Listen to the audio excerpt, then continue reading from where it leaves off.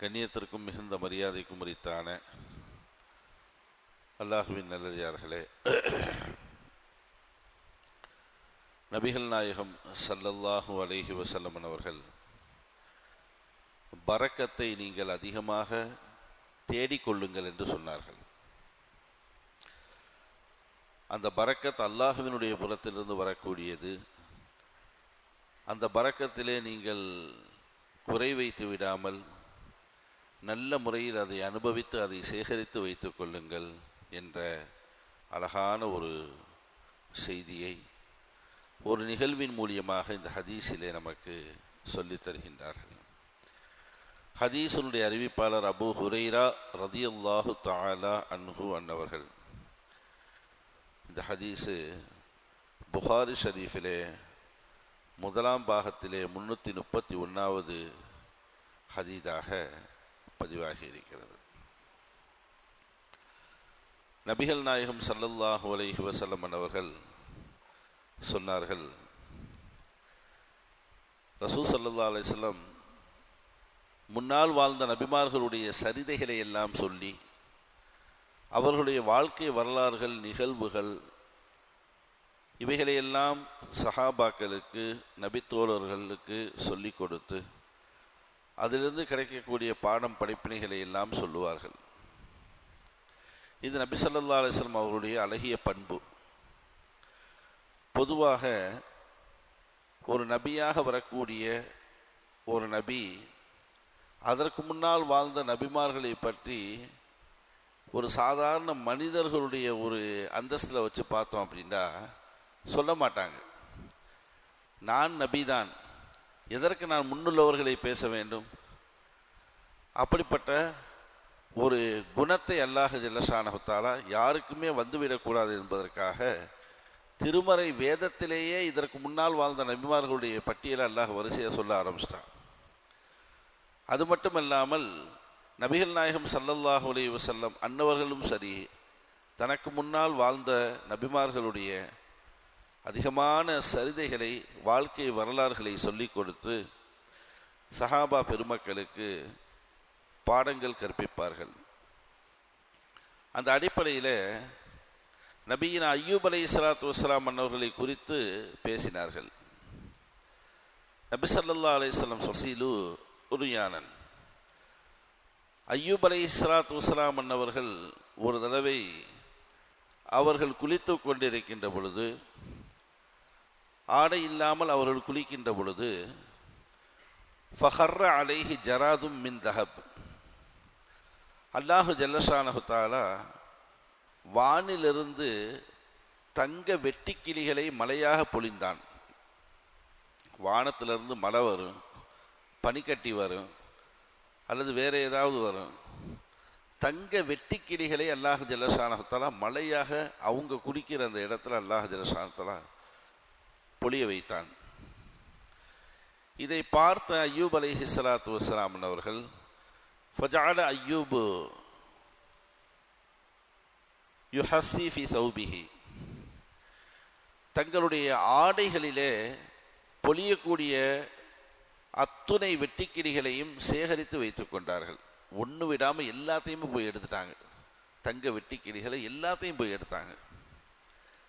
தன்னுடைய ஆடையிலே சேகரித்து வைத்து கொண்டே இருக்கின்ற பொழுது ஃபனாதாஹு ரப்புஹு, அல்லாஹு ஜல்லஷானஹு தஆலா அஸ்ஸ வ ஜல்ல, கண்ணியமான மகத்துவமான அல்லாஹு, யா அய்யூப், அய்யூப் அலைஹிஸ்ஸலாத்து வஸ்ஸலாம் அவர்களை அழைத்தான். எடுத்து வச்சிட்டு இருக்கும் பொழுதே அல்லாஹ் கூப்பிடுறான், அய்யூபே அப்படின்னு அல்லாஹ் கூப்பிடுறான். அலம் அகுன் அக்னைதுக அம்மா தரா, நீ எதை பார்த்து எடுத்து வைத்து கொண்டிருக்கின்றாயோ அதற்கு முன்னாலேயே உன்னை நான் பணக்காரனாக ஆக்கவில்லையான்னு கேட்டான்ல. அய்யூப் அலைஹிஸ்ஸலாம் மிகப்பெரிய செல்வந்தராக இருந்தாங்க, கோடீஸ்வரராக இருந்தாங்க. அல்லாஹ் ஜல்லஷானஹு தஆலா ஒரு நோயை கொடுத்தான். அந்த நோயின் மூலியமாக அனைத்தையுமே அல்லாஹ் எடுத்தான். எடுத்துட்டு மறுபடியும் அல்லாஹ் ஜல்லஷானஹு தஆலா அவங்கள ஒரு 18 வருஷம் சோதனை பண்ணியதற்கு பிறகு, ஒரு வருஷமும் இல்லை, ஒரு மாதம் இல்லை, 18 வருஷம் சோதித்ததற்கு பிறகு எல்லாத்தையுமே அல்லாஹ் திருப்பி அவங்களுக்கு கொடுத்தான். மிகப்பெரிய செல்வந்தராக ஆகிட்டாங்க. அதற்கு பிறகு குளிக்கின்ற பொழுது இந்த நிகழ்வு நடக்கிறது. உன்னை நான் செல்வந்தனாக ஆக்கவில்லையா, பணக்காரனாக ஆக்கவில்லையா? வானத்திலிருந்து தங்க வெட்டிக்கிளி கீழே விழுகிறத பார்த்து நீ இப்படி எடுத்து வச்சிட்டு இருக்கியே அப்படின்னு அல்லாஹ் கேட்கிறான். உடனே அய்யூப் அலைஹிஸ்ஸலாத்து வஸ்ஸலாம் அவர்கள் சொன்னார்கள், கால பலா வ இஸ்ஸத்திக, யா அல்லாஹ், உன்னுடைய கண்ணியம் மகத்துவம் மிக பிரம்மாண்டமானது. யா அல்லாஹ், என்னை நீ செல்வந்தனாக ஆக்கினாய், பணக்காரனாக ஆக்கினாய், அதெல்லாம் உண்மைதான், நான் இல்லை என்று மறுக்கவில்லை. எனக்கு அவ்வளவு உபகாரங்கள் நீ செய்திருக்கின்றாய், நான் உனக்கு நன்றி கெட்டவனாக இருக்கின்றேன், அதிலே எந்த மாற்று கருத்தும் கிடையாது. வலாக்கின் என்றாலும் லா கினா ஃபீ அன் பரக்கத்திக்க. அவங்க சொன்னாங்க, அய்யூப் அலைஹிஸ்ஸலாத்து வஸ்ஸலாம் அவர்கள், யா அல்லாஹ், உன் புறத்திலிருந்து பரக்கத்து இறங்குகின்ற பொழுது அந்த பரக்கத்தை ஒன்று விடாமல் அனுபவிக்க வேண்டும் என்று நான் ஆசைப்படுகின்றேன். உன் புறத்திலிருந்து பரக்கத்து வருது, பியூர் ஹலாலாக வரக்கூடிய செல்வம் அது.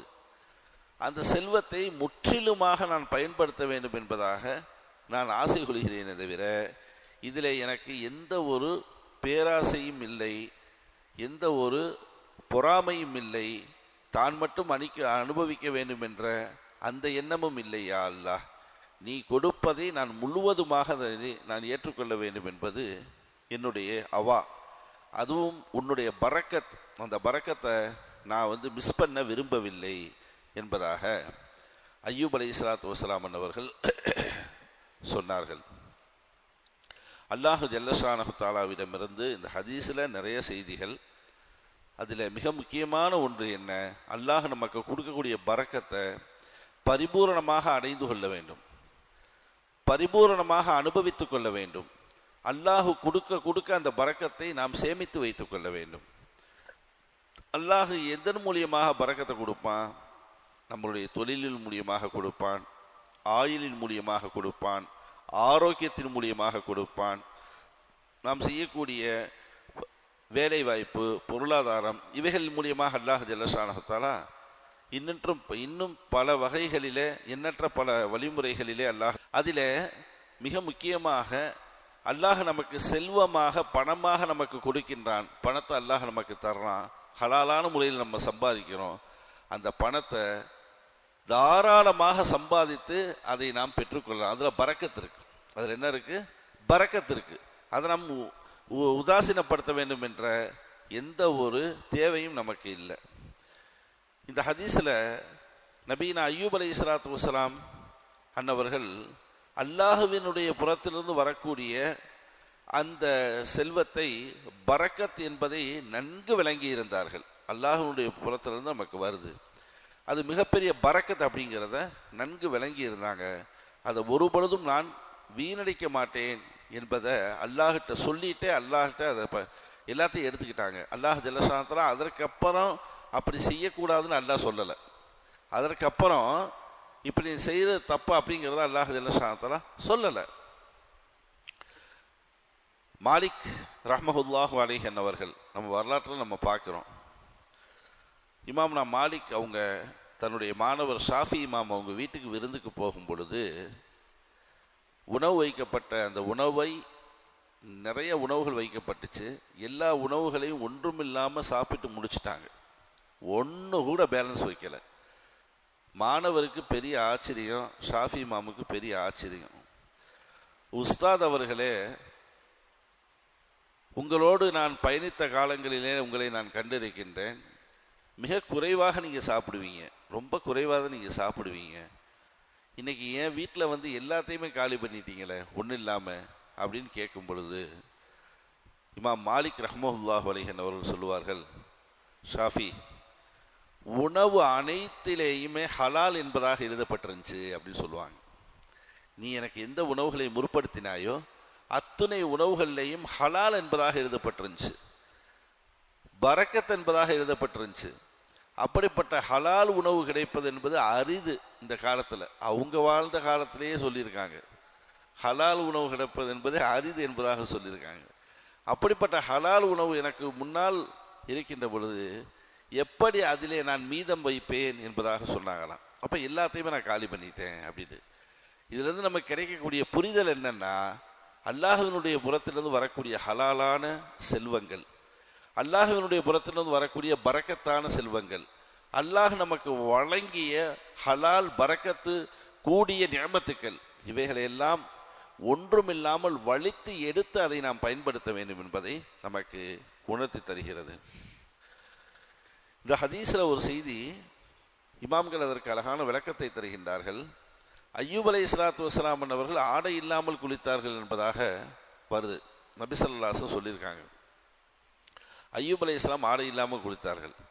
அப்போ நம்ம ஆடை இல்லாமல் குளிக்கலாமா, வருமா இல்லையா, கேள்வி வருமா இல்லையா? ஆடை இல்லாமல் குளிப்பது என்பது மார்க்கத்தில் தடை செய்யப்பட்டது. ஆடை இல்லாமல் குளிக்க கூடாது. அய்யூப் அலைஹிஸ்ஸலாத்துக்கு ஏன் அப்படி ஒரு நிலைமை வந்தது என்றால், ஒன்று அவர்களுக்கு ஏற்பட்ட அந்த நோய், அவர்களுக்கு அல்லாஹ் கொடுத்ததுனால அந்த நோய், அந்த நோய்க்கு அவர்கள் ஆடையை அகற்றிவிட்டுத்தான் குளிக்க வேண்டும். அப்பொழுதுதான் அதிலே அவர்களுக்கு ஷிஃபா என்று சொல்லக்கூடிய நோய் நிவாரணம் இருக்கிறது. இமாம்கள் இந்த ஹதீஸுக்கு நமக்கு முதல் விளக்கம் தர்றாங்க. சில நேரங்களில் மருத்துவர்கள் சொல்லக்கூடிய சில விஷயங்கள், உணவு பழக்க வழக்கங்கள், இவைகளை நம்ம கண்டிப்பாக ஃபாலோ செய்து ஆக வேண்டும், பின்பற்றி ஆக வேண்டும். இது எனக்கு பிடிக்காது, அது எனக்கு பிடிக்கும், அதை சாப்பிட மாட்டேன், இதை சாப்பிட மாட்டேன், அதெல்லாம் சொல்ல முடியாது. அப்படி செய்தால்தான் உனக்கு நிவாரணம்.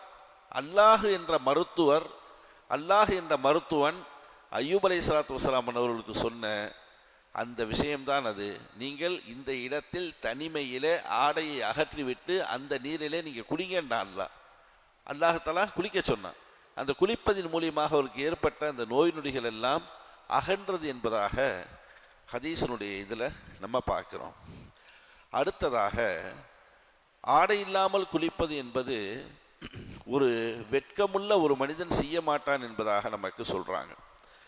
நாம் தனி அறையிலே யாரும் இல்லாமல் குளித்தாலும் சரி, தொப்பிலிருந்து முட்டுக்கால் வரை கண்டிப்பாக மறைத்துத்தான் குளிக்க வேண்டும். மறைக்காமல் சுத்தமாக உடம்பிலே துணிகள் இல்லாமல் குளிப்பது என்பது அல்லாஹ் அவனை பார்த்து வெட்கப்படுகின்றான், மலக்குமார்கள் விரண்டோடுகின்றார்கள் என்பதாக இரண்டாவது நமக்கு சட்டத்தை நமக்கு சொல்லி தருவாங்க.